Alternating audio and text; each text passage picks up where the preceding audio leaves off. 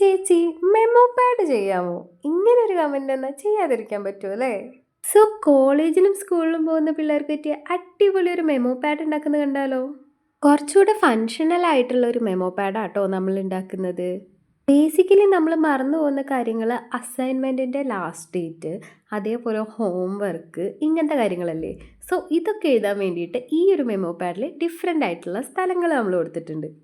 അതായത് രമണ, ഇതിൻ്റെ ഉള്ളിൽ ടു ഡു ലിസ്റ്റ് എഴുതാൻ വേണ്ടിയിട്ടുള്ള ഒരു സെഷനും ഇമ്പോർട്ടൻറ്റ് കാര്യങ്ങൾ എഴുതി വയ്ക്കാൻ വേറൊരു സെഷനും പിന്നെ ഡെഡ് ലൈൻസ് മാത്രം എഴുതി വയ്ക്കാൻ വേറൊരു സെഷനും കൊടുത്തിട്ടുണ്ട്.